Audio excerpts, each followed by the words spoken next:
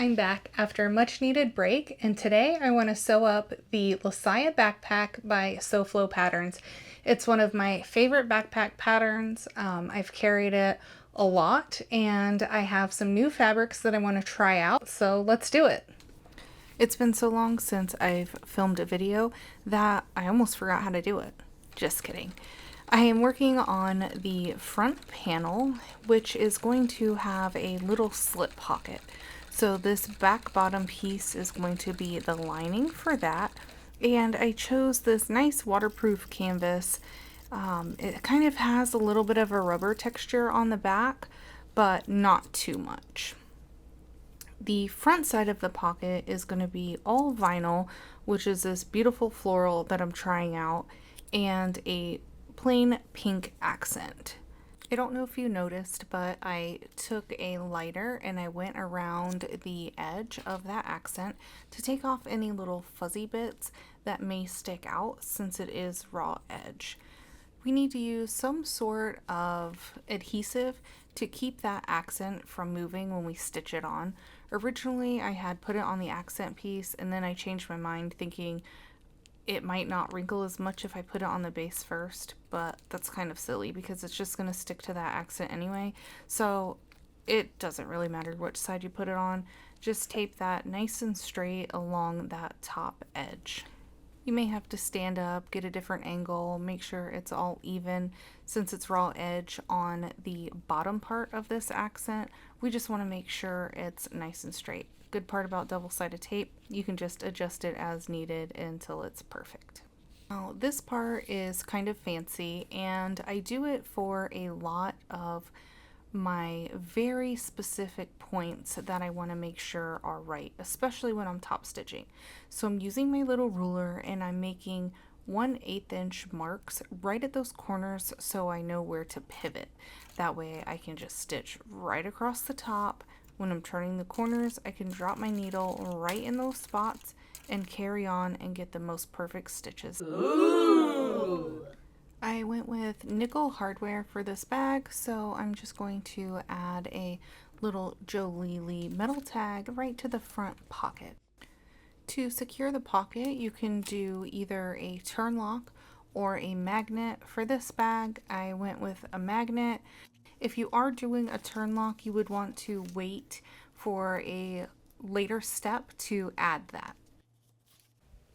So now we need to attach our lining piece to the front part, and that's where it can get a little tricky because of these little angles here in our stitching. So the best way that I found to do that is we're going to lay these right side together, and then I want to mark my seam allowance so that I can follow it. So it's essentially like tracing on your seam allowance, and then you can stitch it so you'll get those perfect points here.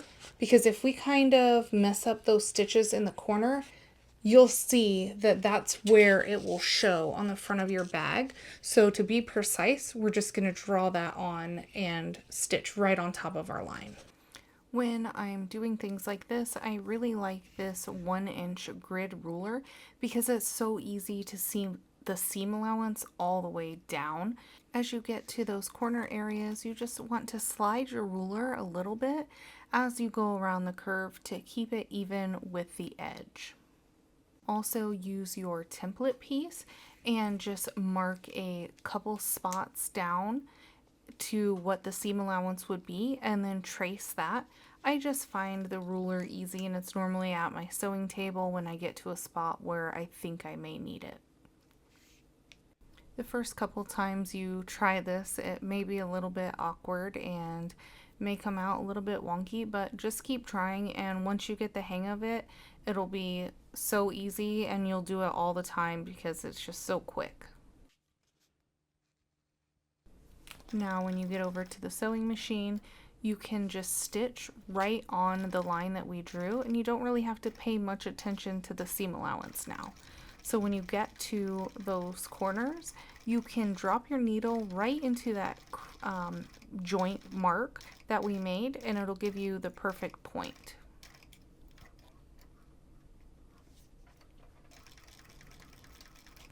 Once you flip your piece right side out, I like to roll those seams so that the lining piece is tucked behind the front piece of vinyl so you don't see it. And then I take a roller and I just really press that seam down nice and tight and flat so that it's easier to stitch.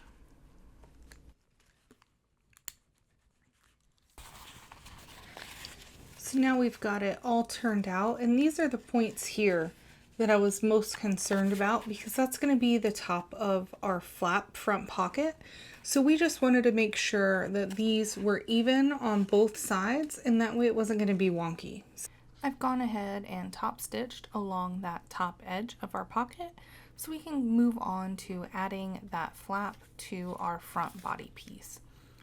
Grab the back panel and line that up with the front panel. We aren't perfect whenever we measure the pattern pieces or add our snaps, so I like to take my chalk roller and just add some chalk to the back side of that magnet, so when I line everything up like I am now along the bottom panel, I can push that magnet into the back side of my panel, and that's going to give me the exact placement where my magnet needs to be.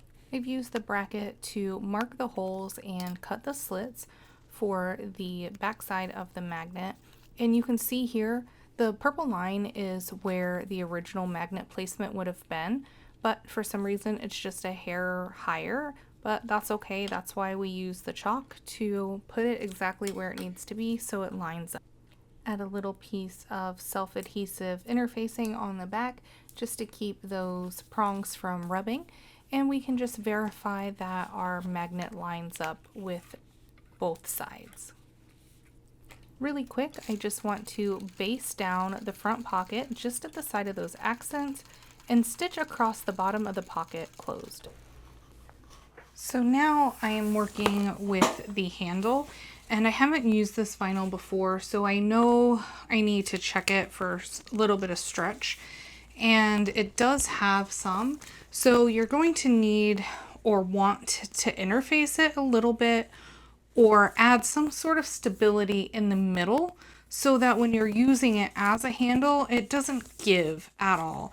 So especially, I mean, at least it's going, you know, against the grain. It's more side to side than up and down, but I think we should still add a little bit of stability.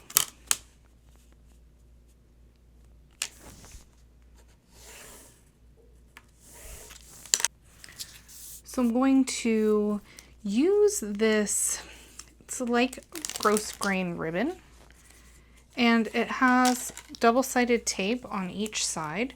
So you can just run it along that center line, peel off the backing. Oh, stick to the table. And then we're going to just fold right over that.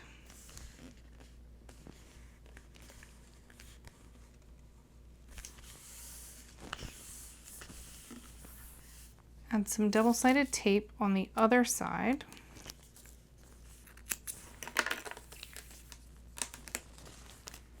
And fold to the middle.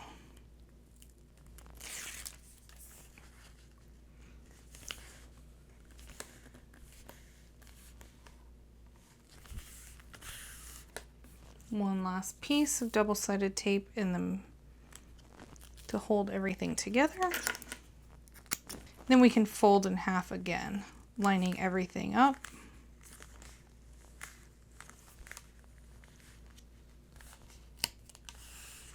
And then just trim off any extra that's hanging out and straighten up those ends.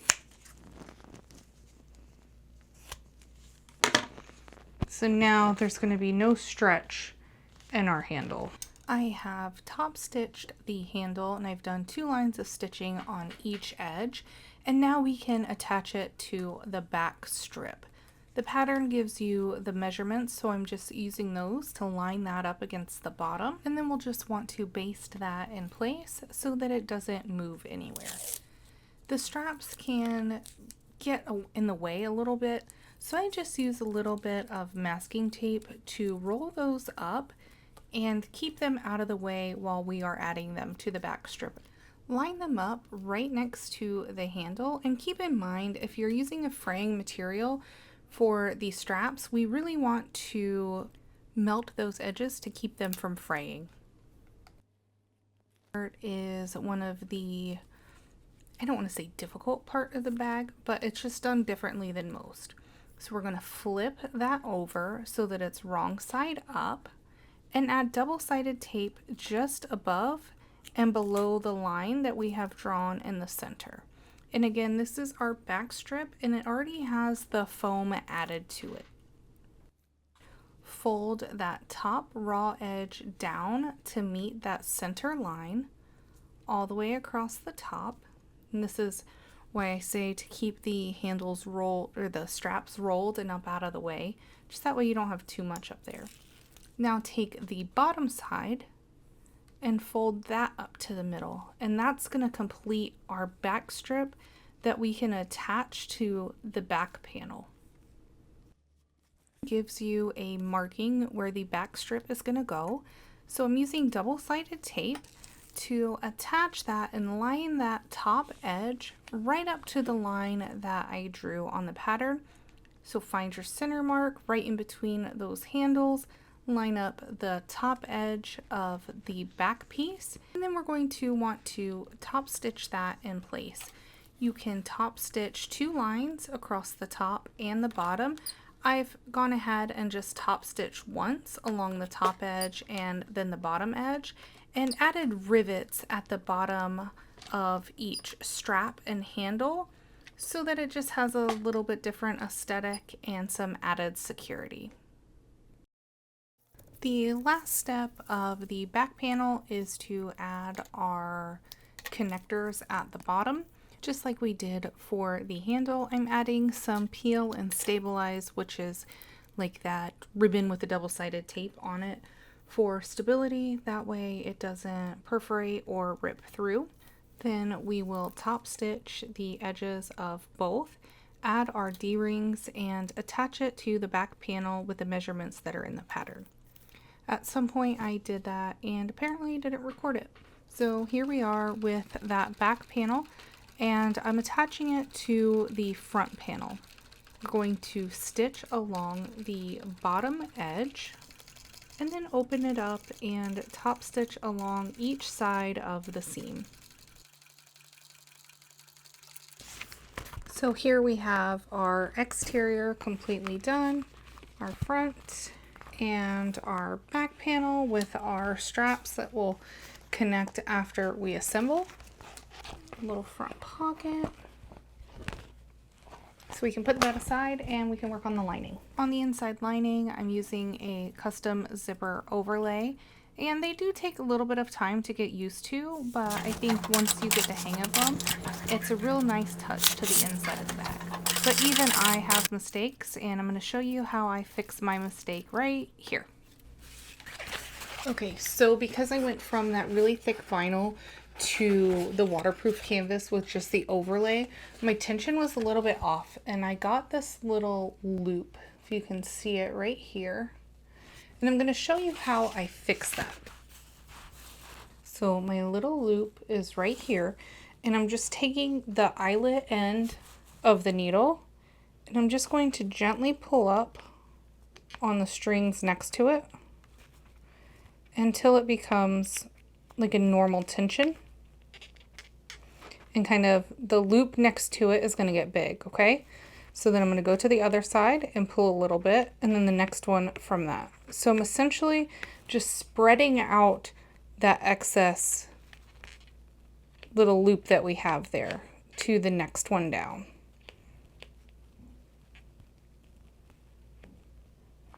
And you may have to do a couple of them to get it to even out, but it's better than having to redo it.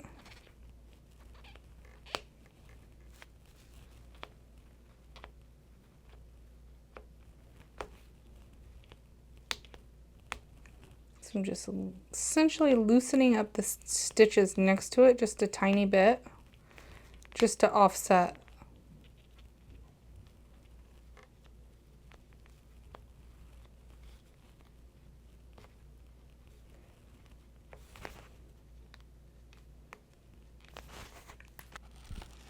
So then now our loops are spread even and we don't have that little loop in the middle anymore.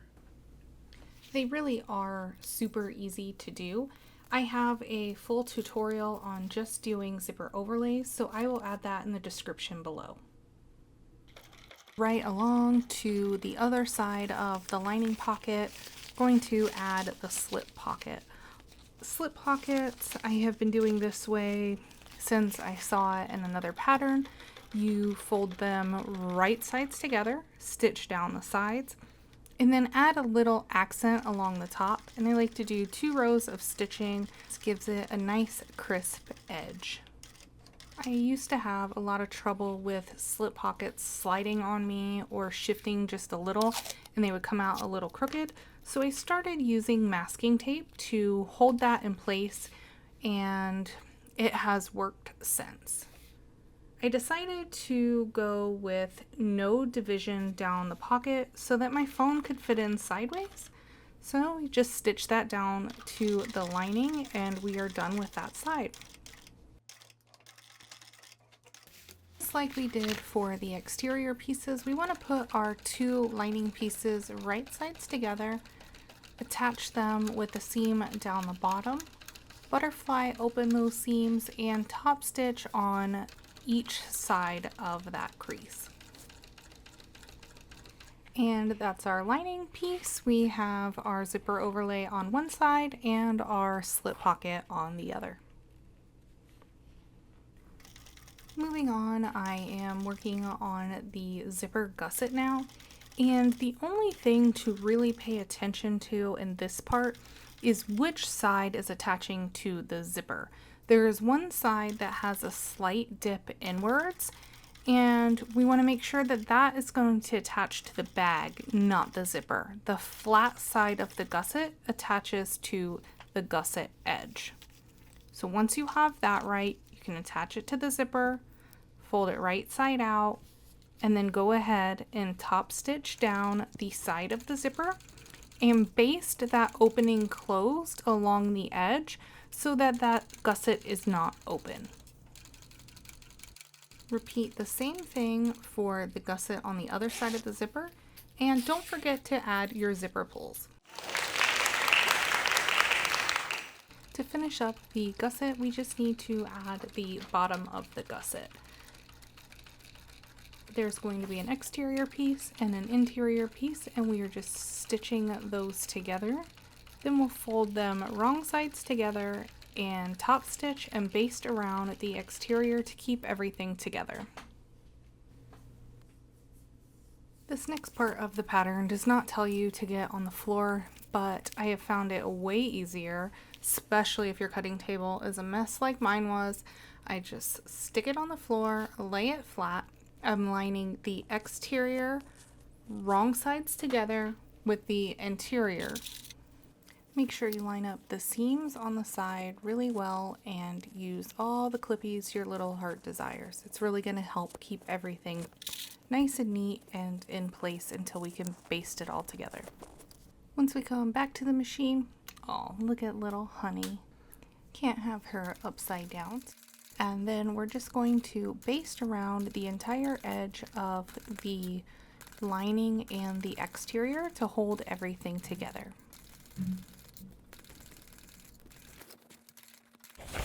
So now we have our exterior with the front and the back and the lining all basted together.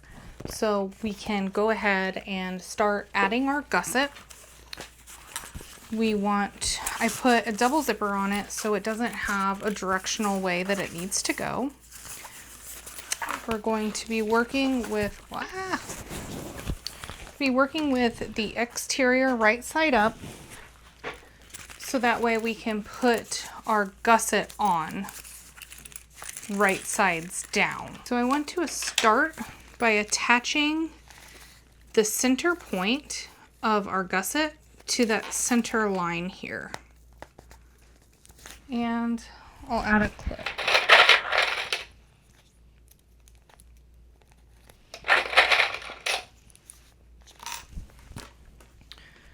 Do the same thing for the other side. We're going to bring this side over, line up our centers, right on that edge there.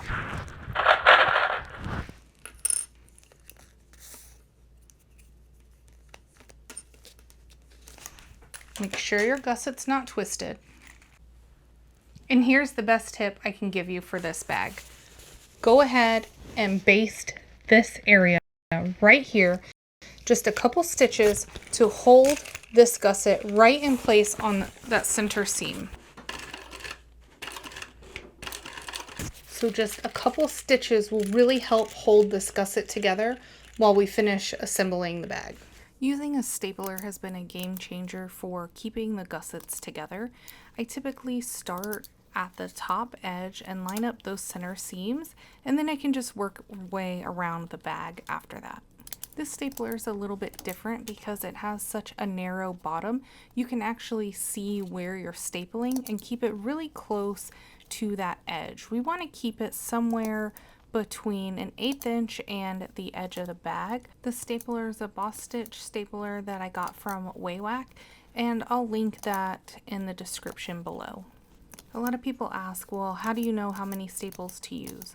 I don't think you can use too many staples. You definitely want to use more around the curves, and then keep in mind that you are going to have to take these staples out. So you don't want to overlap them, and you want to try and keep them all facing the same direction. So we have our bag stapled together, and I'm just going to go around the entire perimeter, basting everything together, and I'm going to try and go just on the outside of the staples because we want to take those staples out. You can stitch over them. I don't recommend it. It won't hurt if you do. It just may make it a little bit more difficult to get them out. So that's why we try to keep those staples at 1/8 inch or a little closer than 1/8 inch, as close as we can to the edge, so that way we can pull them out now.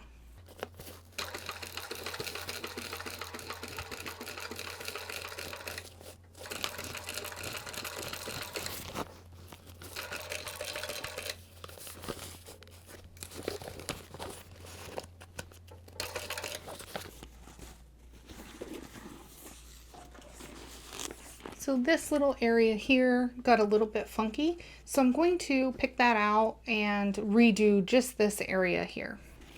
Need to pick out a couple of the staples first, and then we can seam rip. And let's talk about this seam ripper for a minute.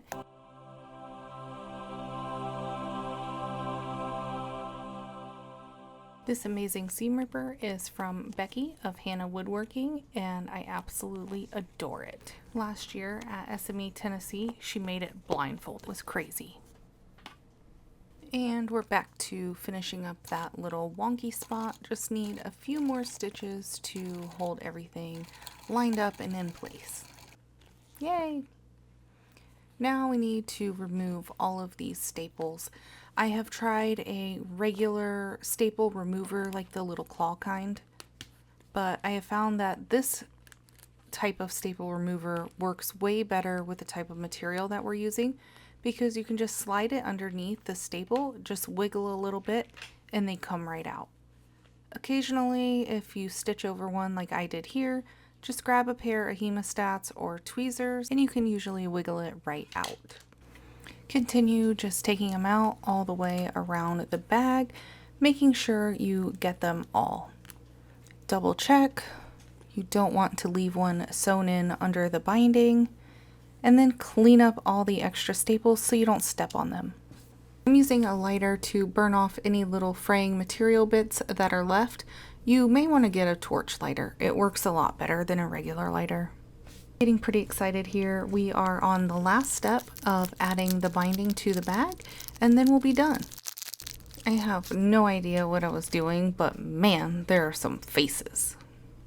My go-to for binding is waterproof canvas, and typically I go with 1 inch wide or 1 1/4 inches, and I just cut it myself with the material that I'm using for the inside, and I use double-sided tape to run down the middle, and it really helps hold it in place so you don't have to use as many clips.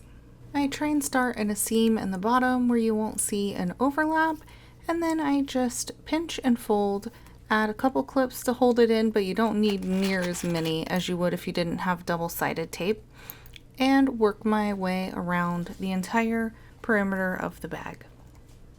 When I get back around to my starting point, I just overlap right where we started, maybe about a ½ inch or so, clip it in place, and now we can stitch it on. When attaching the binding, I really like to use Hemostats to keep my fingers out of the way, and it also helps it has my name on it, so they're super cute. I'm just going around the edge of the bag, making sure to stitch on just the binding. Should be about a1/4 of an inch is what I prefer. Some patterns call for different seam allowances. I think it's one of those things that you can use your judgment for if you like to do 1/4 of an inch or 3/8. Just with 1/4 of an inch, I can use the edge of my foot as a guide, and I don't have to focus so much on the seam allowance. When you get to the real tricky areas like these corners of the tight gusset, just go really slow, one stitch at a time. You know, take a nice breather as you go around the long straight edges, and just go nice and slow around those corners. It's worth it. When you get back to the beginning where we started, just make sure that overlap isn't wrinkled and backstitch to hold it all together. I mentioned earlier that I like to use 1 inch or 1.25 inch binding, and I go back when I'm done and cut off any excess with the duckbill scissors, and you can get right up next to that stitching and trim it off. That'll help keep any of the bulk out of the seam once we turn the bag. With bound bags, we don't have to turn them through a pocket or any tight little areas. We just need to turn them right side out. So I'm just tucking the lining in through, pulling the exterior and flipping it right side out. Make sure to poke all your corners good and just really roll those seams once you get it flipped out, and that'll help pop those edges.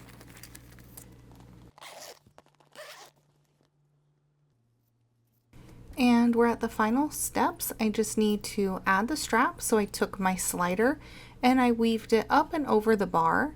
I'm going to go down through the rectangle ring and go up and under that little bar again. And then we can just add a clip now and come back and stitch that together.